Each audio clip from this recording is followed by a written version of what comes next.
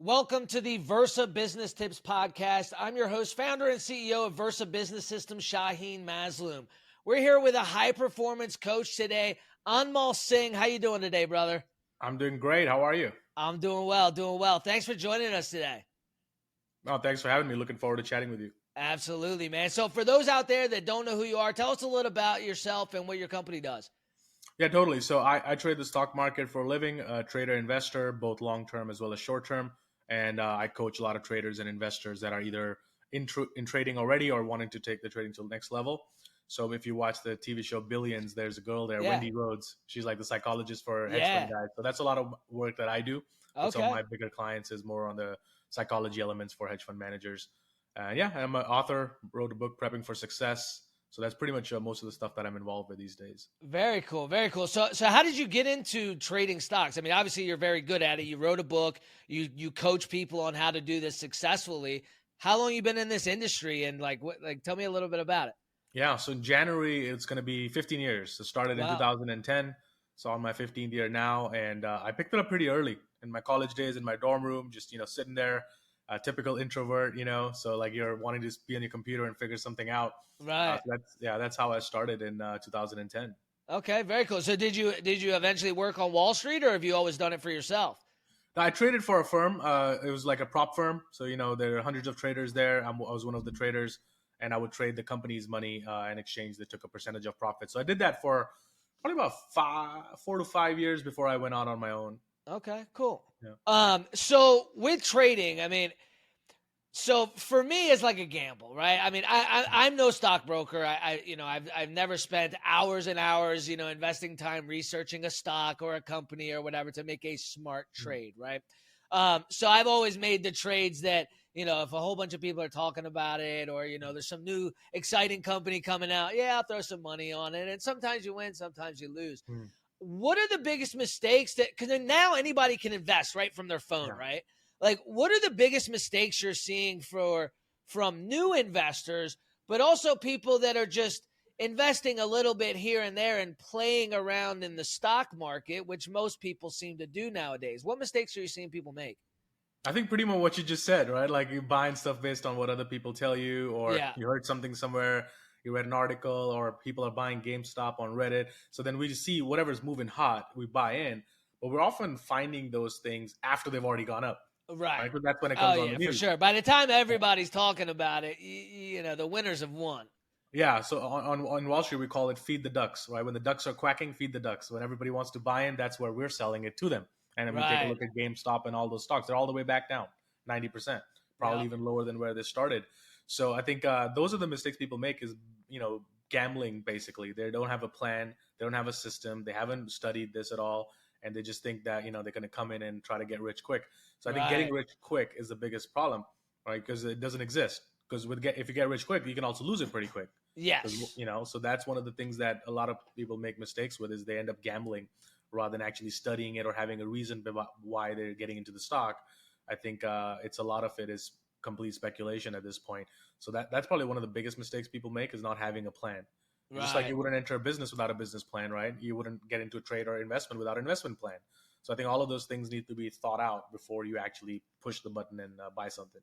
Right, right. Now with technology the way it is nowadays, right? So I've seen these ads on Facebook and Instagram from coaches for day traders. I'll teach you Mm. how to day trade and we have this algorithm and we're going to give you our winners and everybody's going to make money and we've got this group and there's all these WhatsApp groups and Facebook groups and this, that, and the other. Like, well, we're going to give you 3 winners every week. You can't Mm. lose. You can't lose.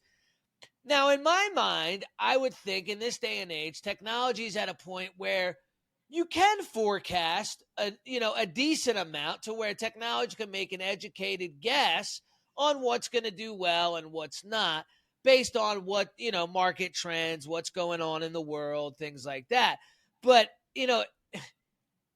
tell me about these companies that are advertising that, hey man, like you can't lose, give me $1,000, take my course. Is there any truth behind that, or is it still, it's still an investment? You might win, you might lose. Like what's the benefit to those companies that are advertising like, hey, we're going to give you our winning picks. Yeah, I think most of them are full of it, right? Because Yeah. there's no such thing as a sure thing. There's Right. not a single trader in the world who wins all the time. Not a single one. Take a look Right. at the best hedge fund guys or the best traders of all time. They usually used to win 50% of the time, sometimes even less, 40% of the 50%. time. Yeah. Interesting. The key is to when you win, the winners need to be bigger than your losers. So Right. what I do in my trading is sometimes I might only win 50, 60% of the time, right? So Right. I'll still lose 4 out of 10 trades or maybe 5 out of 10. But what I do is my winners are twice the size of my losers. So Yeah. let's do the math, right? So let's say if each winning trade is $1,000 and I win five in a row, right? So now I made $5,000. But if each losing trade, right? Let's say I lost five in a row losing trades, but each loser is only $500, then I lost $2,500. So overall net, I'm still positive by $2,500. So the key with trading is not just the win rate. Win rate means it's meaningless because you could have a Right. 99% win rate, but what if that one loser is so massive that wipes away all the gains, Well, right? 100%. But I guess Yeah. my question on that is how how are you judging the smaller amount on a loser versus the larger amount on a winner? Because in Mhm. my mind, if you're going to do a smaller amount because you're not sure, why make the trade at all and just stick with the ones that are, that you're comfortable making the larger bet? Yeah, I mean that's kind of what we do. If the trade doesn't look like it has that potential, we pass on it. We only take Right. the best of the best. But even the best of the best, you could still lose. Nothing is Yeah. 100% in the markets. Everything's 50-50. Or maybe you picked the best trade, but there was some news or something happened, or the whole market went down. Then your trade Right. could still not work. So the Right. key is to get the winners in your favor by having the ratio in your favor. So, example, when I get into a trade, let's say I buy a stock at $10 a share, Right. right? And I say, okay, if it goes down to $9 a share, I'm out, right? I'll take $1 per share loss. I'll walk away with a Okay. quick loss. But then the winner, if I bought it at No 10, matter what, even right? No matter even what, if no matter what, you lost $1 on 10%, right? you're out no Mhm. matter what. Right, yeah. And then on the winning side, I'll say, okay, my target is $12. So now I'm trying to make $2 a share. So if I Right. can just keep doing that on every single trade, then I lose $1, I make two, lose $1. I only need to be right 40% of the time. Think about that. Right. If I just Right. do that, Okay. not Yeah. even picking the right stocks, if I just do Right. that, then I could have a win Right. If rate you of just stick 40%. to that rule, you're still winning. Yeah. So I need to win 4 out of 10 times. But Right. advanced trader, if you're doing it for a while, you can mitigate some of that. You might get 60%, 70%. You might even get higher. Or sometimes the winner is bigger than 2 to 1. You're like, you know Right. what, this thing's gonna run. I'm just gonna keep bringing my exit point up. So I bought it at 10, it goes to 11. I might say, okay, I'm gonna go break even on it. So if it comes down to 10, I'm out for break even. Uh But if huh. it goes, I'll let it go. So that's kind of what traders like to do is we get it in our favor.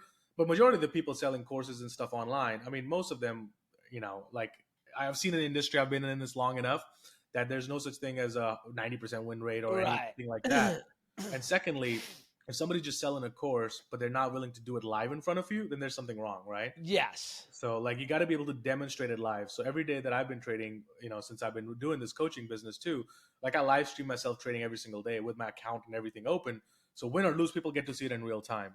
And I think Right. there's more to be learned from when I lose, because then you see that I'm not going on tilt. I'm still calm. I'm complacent. I'm like, all right, yeah, it's part of the strategy. Yeah, And just I've like, seen Wolf of Wall Street. Judge me by yeah, my losers because I have so few.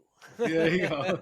So yeah, I think that's the key. Is like if you're gonna pick a coach or a mentor, make sure they're able to do it live in front of Yeah, you. somebody that's transparent. Yeah, for Exactly. sure, for sure. Because there's no reason not to be able to do it live, right? Like Right. Yeah. if they're not willing to do that, there's a reason why they're not willing to do that. It's not about Exactly. privacy or none of that, right? Yeah. It's all games. I mean, Yeah, there's nothing, no law stopping you from live streaming yourself. So do it. yes, yep, So that's kind of the thing. You got to be able to back up what you're teaching, because anybody can create a course. I mean, majority of them might just have AI generate a course these days, and yeah, be, exactly, be selling that. But yeah. you got to be able to demonstrate that. Definitely, man. Definitely. So let me ask you this: what's the so you generally do day trading, right? So I you're do both. constantly buying, selling throughout the day, and you have some long term stuff too. Yeah, so there's three different styles of trading that I do. So I call it one bucket is called income producing style. So Okay. that's where day trading is. Day trading is what we do to generate income, to live off, to pay our bills, right? Right. And we're doing that every single day. But then there's a thing known as swing trading, where I might buy a stock today, I might hold it for a couple of weeks and then sell it, right? And then there'll be long-term investments, which I call the wealth building bucket. That I'm not even looking at. So Right. percentage of what I make from trading short term, put it in my long term, and that just keeps going. I don't even look at that. And then I myself do these trades where I'm holding stocks for a few days, maybe a few weeks, and then day trades that I'm doing in it for like 2 minutes. Right. So those quick ones too. But day trading is a sport, Yeah. so it's not for everybody. Not everybody's gonna make it. I'm just hate to break it to you. Yeah. Not everybody's gonna make it in that business. It's fast. It's super fast. There's everything happening every few minutes. But a style that I think anybody can get into is swing trading, where you might buy something today, sell it like a week later or 4 days later, because you're not active. So I think that's something that Right. everybody can do, even with a job or Right. another I mean, business. day trading, you really have to be. You got to have it all in front of you at all time. I mean, you got to. It's a full time job, right? I mean, Yeah. it's not something you could just do part time and Right. Yeah. You got to an be hour or there. two a day.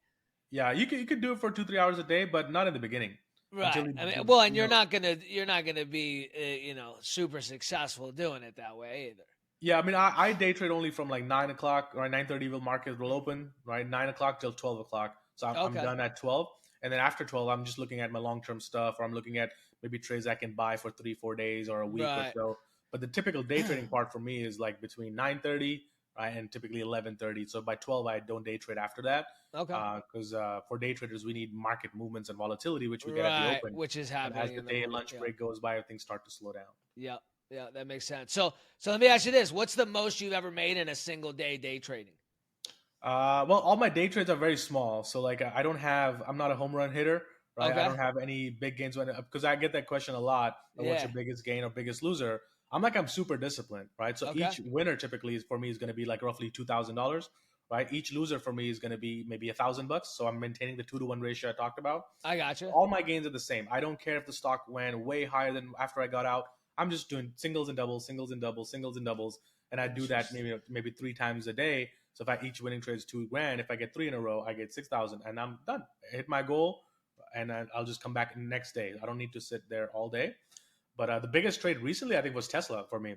Okay. That was more of a swing trade, which I Right. held for I think about 3 weeks or something, and that was like a $200,000 hit on one trade. But I held it Over for a like 3 week period. yeah, when Tesla had that drop at like $110 and it bounced Yeah. straight to like 290. So Yeah. I bought like a couple thousand shares when it dropped there, and it went up to 290. It was a beautiful trade. Wow. Yeah. Wow, that's awesome. And you decided to do that because like what explain to me I guess the research and how you feel confident that okay, Tesla price is tanking, it's a good time to buy. How do you because in my eyes, everybody would see, like if you know that, then why does all the other guys not know that? Everybody's buying it when it's low, Mhm. right? I mean, how many people are able to win, and how do you figure out like that this is going to happen? Yeah, so we use technical analysis. So we use the charts. So we take a look at the chart and we see, okay, what's an area that it bounces at. So we have trend lines. We see a stock is, uptrending like that. So we know that there's an uptrend line, right? So as it comes down to that area, that's an example of one of the trades that we might do. Or we might have a support level. Hey, this stock, for whatever reason, every time it comes down to 100, it just seems to bounce. So next time it comes down to 100, we're going to take a shot, right? I got you. At And can 100. you do you set like notifications like, hey, Yeah. notify me if this stock hits, this amount? Yeah, if I'm not in my screen, I'll usually set alerts and then I'll walk away. But majority of the time, because I do this every day, I'm there sitting here in my Right. computer. So I But just my, look my at it. thought process is if there's tens of thousands, there's so many stocks out there, right? Like, do Right. you have like an alarm on, most of the major stocks to, hey, if it gets to this price point, Mhm. notify me. That way I can jump on. Yeah. So I use my software platform. It set alerts in it. So you get an email, you get an alert on the app, you get all Right. those things. So if you're not there, you can, come take a look. But I try to stick to the major stocks. So I don't trade penny stocks or any of those random stocks. Even I, for day trading. Yeah, even day trading, I trade like six stocks: the Tesla, Microsoft, Meta, the Nasdaq Interesting. ETF, spiders. I stick with like typically six stocks when it comes to day trading. Now Okay. and again, I find something that is on news and it just pops up really good. Right. I might trade it on an off day like that, but I would say 90% of my trades would be within those six stocks that I just gave: Nvidia, Microsoft, Meta, Interesting. Tesla, because I know I've traded them every day, so I know them so well now, and then Right. I know when they move that okay, this is the level it tends to bounce at. Right. So you get a feel of those So stocks, you're but making that's a few thousand a day trading the big name stocks that everybody knows about, right, buying it at the right time during the day and selling it at the right time during the day. And that's it. right, yeah, Interesting. And yeah. so now your swings, That's more based on what news and what's Charts happening still, in the market. I mean, still charts. So I oh, make, it's still based off of charts. yeah, Okay. I make all my decisions based on charts because news, fundamental reports, those are all other people's opinions, right? So Mm, they're just opinions. Like news people say, right. oh, this is a good stock. It's not a bad. Everybody was selling Tesla a few months ago, Right. right? Because it was going down. Now it's Right. going back up. They're like, oh, now we love the stock. I'm like, but Right. you called it wrong before. Now you're calling it wrong again. Yeah. So opinions kind of confuse traders, right? Because everybody has a Interesting. different opinion. You can Yes. find a Yeah. Yeah. stock. Yeah. You can find one analyst that says I love it. One can say I hate it. So if I Right. listen to both, like I'm never going to make any decision. Right. Right. So that's Right. why the charts help us because charts are not anybody's opinion. That's what the price of the stock is right now, whether you like it or not. Right. So that Right. helps us make good decisions. So the decisions are always going to be based off of the charts, whether it's a long term Yeah. trade, a swing, or a day trade. Yeah, I might have my bias. So I might say, you know what, I love Tesla stock. I think it's going to go to 500. But then I'll still go back to the chart and make sense. Does Right. it make sense to buy it right Right. here? Does it make sense? Is this an Yeah, educated decision? right. Right. So you're never making a trade based off of emotion, no matter what. No, anytime I've done that in my career, I've learned the hard You've way not to lost. do it. Yeah. you Yep. know. Yeah. 100%.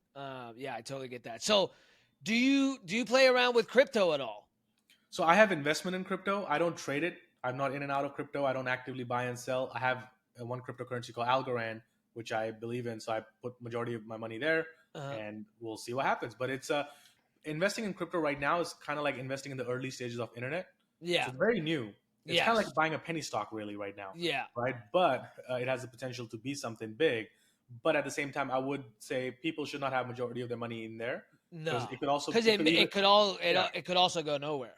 exactly. It could go nowhere. It could go to Yeah. zero, or it could boom and make a big run.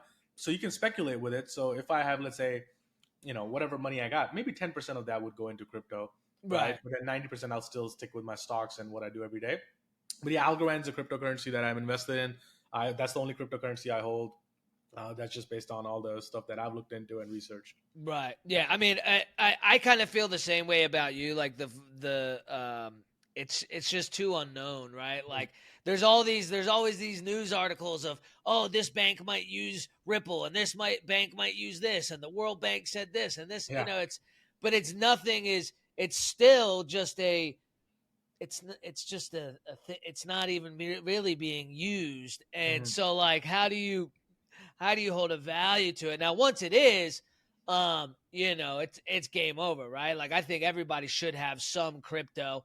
Do some research, find the ones that you like, and I think if it does go off, great. But like you said, it's just too risky to put a big chunk of any of your investment, Mhm. gambling on crypto being something, Right. with real stronghold value like the stock market.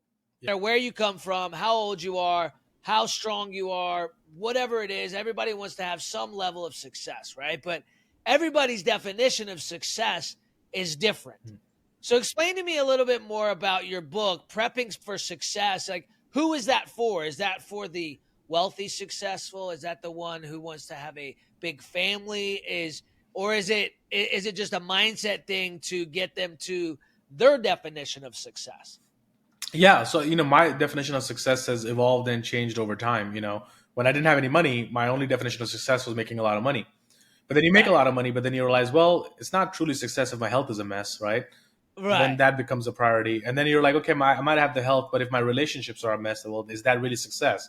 Not really. So Right. the way I define success now is having harmony in all of those areas: health, wealth, love, happiness.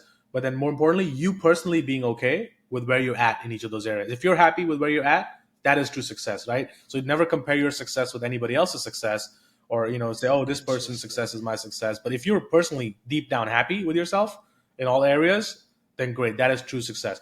And also, success is never a destination. It's not going to be a place where you get there and Right. you say, I am successful now. Never. Like the goalpost will keep moving forward because there's levels to Yeah. this. So the Yeah. book is for anybody who wants to achieve their level of success, whatever they define success as. How do we achieve that now? How do we make that a reality? So anybody who wants to go to the next level. So originally, I wrote this for myself as notes to myself. Here's the things that I need to do in my life to achieve the success that I want. And then I actually went out and implemented it. And my life just drastically improved. That's when I turned it into a book. as 10 keys for Wow. making it in life. So they're universally applicable, whether you're an entrepreneur, whether you're a trader, investor, or whether you have a job, right? It's just more of a mindset book to get you in the right habits on how to think, how to act, how to pursue your goals.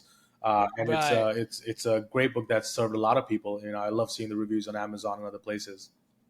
That's awesome, man. Well, how long ago did the book get released? I released it in 2019.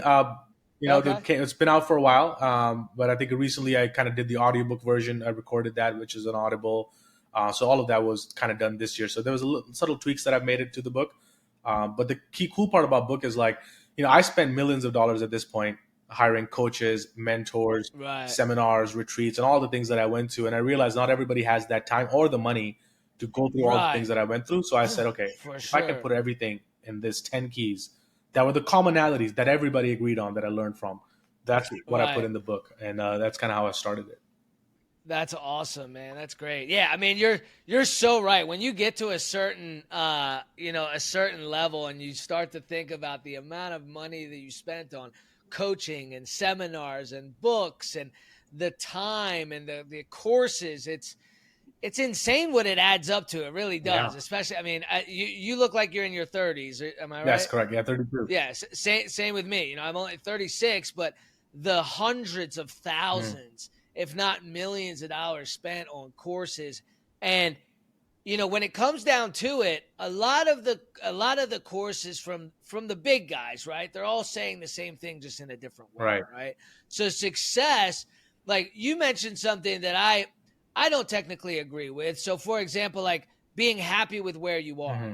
right? So I hope to never be happy with where I am. Hmm. Now, happy, content, okay. I'd like to be okay with where I'm at, right? But I feel like somebody that's shooting for real success, larger than life success, is never going to be completely happy or content with where they're at. Um, that's just my opinion. But I'd like to know more about your like, can you dive in a little bit deeper on your book and the idea of how one achieves success, just like the key points to it? Yeah. So to your point, there's a saying that I always use. I say, proud but never satisfied. I So love be that. proud of the journey, be proud of what you accomplished, but never satisfied because there's always another level, Love that. right? But the Yeah. key is like, as long as you can comfortably, let's say when you're by yourself, it's the evening time, you're sitting by yourself, can you confidently say to yourself, you know what, I'm doing everything in my power to get to that level? If so, you're going to be happy Right. because you did your best, Yeah. and the result may Right. fall where it may fall. So it's not like you're just always happy, but it's like I'm not always happy. But am I at the end of the day? Only thing I judge myself based on is at the end of the day, can I look myself in the mirror Can I look and myself in the say, mirror? Right. did I do my best? Did I work out today? Right? Because if you don't, you're not going to be happy at all. Right? But if you Yeah. did that, sure, you might not be the version of happy, but you're going to be pretty Right. content with how your day went. You're gonna be okay. You're gonna be Yeah. And fine. as long as you're Yeah. okay with where you're at in Yeah. each of those areas, that would be true success. So one of the Yeah. success keys that I give in the book is called integrity. Right? So be a person of your word. Right? Do what you Yes. said you're going to do, and then do it when you said you're going to do it. Just think about how much your life would be better if you did every single thing you said you're going to do, and you did it when you said you're going to do it. Right? So true. I am a firm believer. I cannot stand people that say they're gonna do Yeah. something and don't do it. Mm. Like, it is one of my biggest pet peeves in the world. Yeah. And doing it even if you don't feel like it, because you said you're going Right. to do it. So then you kind of be a We person of don't your feel word. like doing a lot of things. You think everybody in the gym at 6 a.m. feels like being Yeah. there? No, they don't want to be there. They'd much rather be in bed. Right. Exactly. So I think that's one of the biggest keys because without that, nothing else in the book Yeah. is ever going to work for you. Because if you just don't do Yeah. what you said you're going to do, nothing's going to work. Like how many people, you probably know people like this too, that 2018, 2019, they used to say, I would love to start my own business. I just don't have the time. Right. And then Yep. 2020, everybody had all the time in the world. They still didn't do it. Exactly. And they still didn't do it. So, Yep. so they're full of it. And what happens is we negotiate with ourselves. I'll do Oh, it all the tomorrow. time. We give Yeah. ourselves excuses as to why we haven't done Right. something. Yeah, no, the thing is, if you don't want to do it, that's when you know you should be doing it. 100%, because that's when you stretch. Everything on my to-do list, I try to focus on the things that I don't want to do the most Mhm. first, because I know those are the most important things. Yeah. Like when you really look at your calendar and you look at the things that you need to do, that you need to do, the most important ones are usually the ones that you don't want to do. Absolutely. I mean, what you just said is exactly what I do. So I have, another journal that I have. It's called the Success Journal. So I created this based on, because I used to have a journaling practice that I used to journal, but I know that not Okay. everybody journals, because it's like you buy a book, you're like, okay, where do I start? Do I write like Dear Diary? Like, no, we're not going to do that, right? So for Right. me, at the end of the day, in the evening, I just write down what are the 6 things that I need to do tomorrow when I wake up, and that is it. So until I do those 6 things, a phone call comes in, I'm not taking it. Email comes in, I'm not responding to it. Anybody says, hey, can we have coffee? No, until I achieve those 6 things. So if it takes me 9 p.m. to achieve those 6 things, so be it. If I finish early and I do all those 6 things at 12 p.m., okay, now I can do whatever I want in my life, go out with friends or Right. whatever. But so I call it the critical 6. So critical I 6 things, love that. but you want to write them down the night before. So not when you Yeah. wake up, you're like, what should I do today? No, you wake up and you're like, Right. boom. Oh yeah, you gotta prepare, man. It's just like think about basketball, right? Before they start the game, what are they doing? They're on the court. Mhm. They're stretching. They're shooting three throws. They're Yeah. right. Like you've got to prep before the game, right? They had practice the night before. They're playing before the game starts, right? Like it's the same thing in life. If you don't prep the night, like people ask me like on a Sunday night, what are you doing tonight? Mm. Prepping for the week. What do you mean? What am I doing? It's Sunday night, Right. and it's wild to me that Sunday night is a big night for people to go out, Mm. to the nightclub or out to dinner or whatever, watch night football, and it's always blown my mind. I mean, don't get me wrong. When I was 21, 22, like sure, yeah, I liked going out on a Sunday Yeah. night, but preparation is everything, and knowing what you need to accomplish the very next morning. If you're trying to figure it out once you've got up in the morning, you're way too late. Mm. You're way too late. You're way too late. Yeah, it's there's some things that I do first thing in the morning, which is writing down 5 things that I'm grateful for and 5 things that I want to accomplish, whether it's today, the week, the month, the year. But the night before, I go through my calendar and I make sure all my notifications are set, all my alarms. I got I know everything that I need to do the night before Yeah. because dude, it's so important, and it gets your head ready. Like whatever you're thinking about the night before, there was a doctor that was explaining this to me as far as mindset. Whatever you're thinking about before you go to sleep is so critical Mm. because it's what you're going to think about when you're dreaming, when you're sleeping, and it really the work starts working the night before. Right. Yeah. It's crazy. Absolutely. Yeah, man, we should definitely. I'm very interested in learning more about stocks too. But I'm gonna grab your book and hopefully we can jump on and chat further on down the line. Sounds like a plan. Awesome, Yeah, definitely. brother. Shoot me your address. I'll send you a copy. Awesome, bro. We'll do. All right. Take care. All right, everyone. have a good night, brother. You too. Have a great one. Thanks.